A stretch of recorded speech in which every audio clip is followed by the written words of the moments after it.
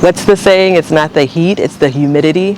My mom is going to tell someone that today. Hey, good people, Batavia here. Welcome to my garden. Welcome to my Chicago garden. And for today, welcome to my container garden. I am a big fan of container gardening. In addition to the raised beds that I have, at this moment in the season, we have upwards of about 50 containers that I'm growing in. And I want to talk today about how I've benefited from organizing them into growing zones, into container zones.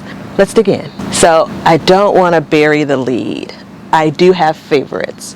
So I have about 5-ish container garden zones.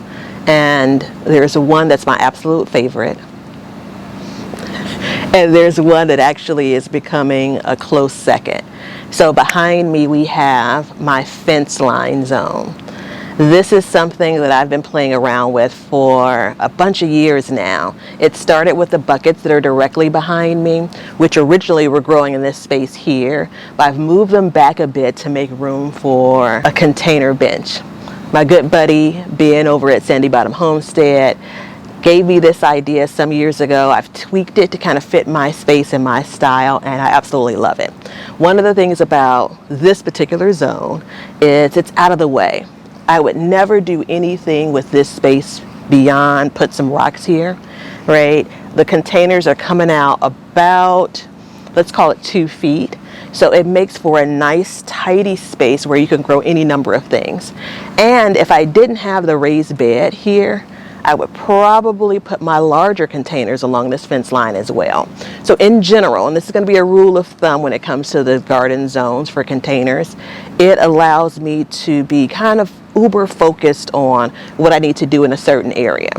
Whether it's, did I water this zone today? Does this zone need watering? Because I'm growing in this year a lot of like plants, generally speaking, they have the same watering needs. Right in front of me, we'll take a look. And it changes year to year. This year, I've played around with it. There's a few different types of mint here. And then I have a pepper plant, which is starting to put on buds. This is going to be a bell pepper. These were all planted pretty late. So as we kind of get into the end of July, early August, this is the growth that I'm expecting. I have celery here that's been planted for quite a while, and I've been using the cut and come again method when it comes to harvesting some of the stalks versus the entire plant. And then this year, instead of just having one more container here, is what I've done in the past, I actually expanded right onto the edge where you enter the backyard. And it's primarily because I had more containers and then I had more mint plants. But my absolute favorite thing to grow along this fence line, which generally speaking doesn't get like full sun. We're not looking at 6 to 8 hours of sun every day. The sun starts to come out mid-morning, and then it's just the rest of the day where we get, kind of the sun is overhead, and then we get that late afternoon sun. But peppers have done so well along this fence line, and every year I have an abundance. These are 5-gallon buckets that I use. Maybe one's a 4-gallon bucket. I think the one on the end. But generally speaking, this is the perfect size. I normally grow a single pepper plant per bucket. And we have some volunteer basil. If I go back to our container bench, this is all 10-gallon grow bags. I've done 7-gallon grow bags here. The bench itself, I have a short video of me kind of setting this up and sitting on top of milk crates. That's some plywood that I picked up, scavenged from one of the home improvement stores some years back. I just spray painted it black. I love how, for the garden in general, but especially this area, everything kind of blends in against the wall and you just see the green. And then soon we'll see different colors for the peppers as well. So one of the things that I always want to keep an eye out for, and I recommend, is making sure that you have access, no matter if you're growing in raised beds or containers, is a technique that I've used in the backyard as well as in the front yard. It's a zone that you really organize in front of a garden bed. These 2 sets of raised beds come out about 11 feet, whereas these sets come out about 14 feet, leaving this particular space open. any number of things could go here. You could put a table and a chair, a little cafe style table like I have on the deck. I've actually picked up a bird bath, but I'm waiting until the corn comes in. I don't want to tempt any birds from getting a drink and then also munching on some corn. This year it's just 4. I've used those mini crates, which you don't need, but I've used those to line up grow bags. These are my favorite, hands down, favorite containers. The black ones that are kind of rectangle. I always call them my decorative containers. The intention here is to put something in the space where I could grow while also not making it inconvenient to walk around. The green stalk zone.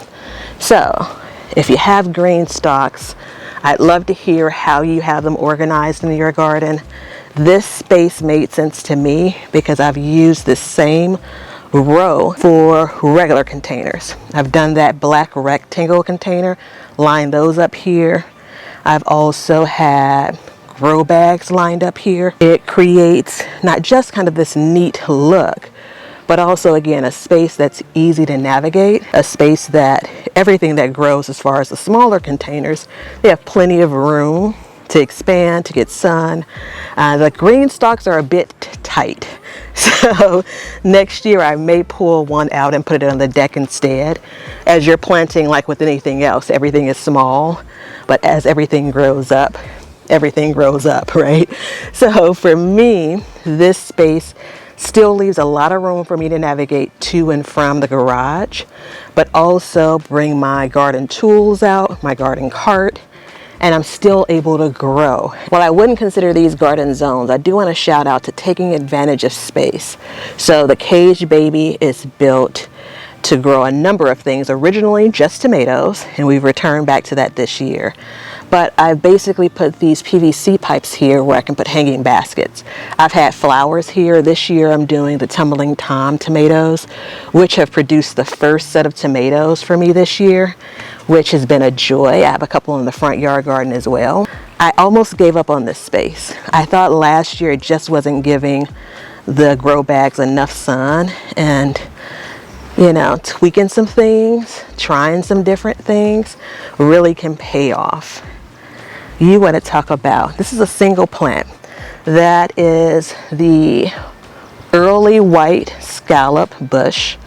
I may be mixing up some of the words in that name, but it's a summer squash. And if there's anything that is a downside about this zone, it is only that this plant has decided to basically venture out into the walkway. Normally I've had pretty good luck with what I've planted and still maintaining the walkway as it grows, but it's worth it. It's worth kind of having to shimmy past. I'm able to grow kind of smaller things here.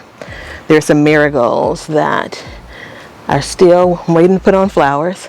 Some of my onions that could be picked at any time. Some beets. This is for sure weed. So you can grow anything in containers. But I have them bungee corded to the porch just to help with animals that may kind of crawl into them, or just high winds here in Chicago, right? So these are 20-gallon grow bags. So we have a determinate variety tomato, wild. It has just taken off. Well, single plant again. I will combine things like, you know, a vegetable and flowers, a vegetable and herbs. But I want to try to give, especially in my containers, plants enough room to breathe, enough room to really expand, enough room where when it comes to the soil that's in here, it can properly feed whatever I'm growing. We have the eggplant that you just saw. That's a black beauty. I still have my beloved collards that I left in this space, although I've threatened to remove them time and time again. And this year I wanted to put some sunflowers. They will only get this tall, but I imagine in a week or two when they start to bloom, seeing that pop of color. Super excited about this space. I think the only change I'd make, I don't know, I like to have experienced at least 1 year to kind of come out in the morning and see these beautiful flowers. Yeah, Still waiting on squash, but isn't that the name of the game? Got a lot of male flowers. I'm trying to be careful of the bees that are out. A lot of male flowers, a couple of female flowers, but they've not been pollinated yet. But I do want y'all to start thinking about what my runner-up favorite garden zone is going to be for my containers. Remember, fence line zone is my absolute favorite, hands down. I have this raised bed of sorts. It's kind of more of an in-ground bed. It runs 8 feet by 3-ish feet, and it's basically framed up with landscape timbers, which I've used commonly in the space. But for my containers, I have 2 different size green stalks growing here. I'm going to make this basil tea, raspberry basil tea today. And so I'm going to end up picking and cutting off the tops of these because they're trying to go to flower and go to seed, and so I want to let them continue to grow. So I'll end up cutting probably right here to let the plants continue to branch out. Every plant isn't doing it at this tier, but a lot of them are. Over here I also have some things I've direct sowed. This space I've played around with a bunch over the years because it's next to the porch, and this is definitely not the sunniest space, although I've had a lot of success growing here. So not quite a zone yet, but definitely growing in some containers, the green stalks in particular. And I have, which I'm super excited about, you know, I say things like I planted 2 seeds here, 2 plants came up. I'll probably remove one. Then I end up with 2 beautiful plants that I leave. That is my MO. So this is the first summer squash of the season. And it feels like those have been pollinated. And so it's going to be a yellow squash, new variety for me. So I'm excited about that. While it's not typical for me to grow a container just kind of sitting by its lonesome, I do it occasionally. We'll show you what we did this spring. So if I go over here, it's spent, but this is where I had my spring peas. And so I actually put this little flower pedestal here, which I should have actually replanted before I did that, but I'll be able to wiggle in here to plant something else. Remember in the backyard we talked about taking advantage of space in front of garden beds? This is another great example of that. First year I've done this. We have 3 5-gallon buckets that have a pepper plant in each of them, and they have started to take off. Jalapenos here, plenty of flowers. And again, think about the walkway.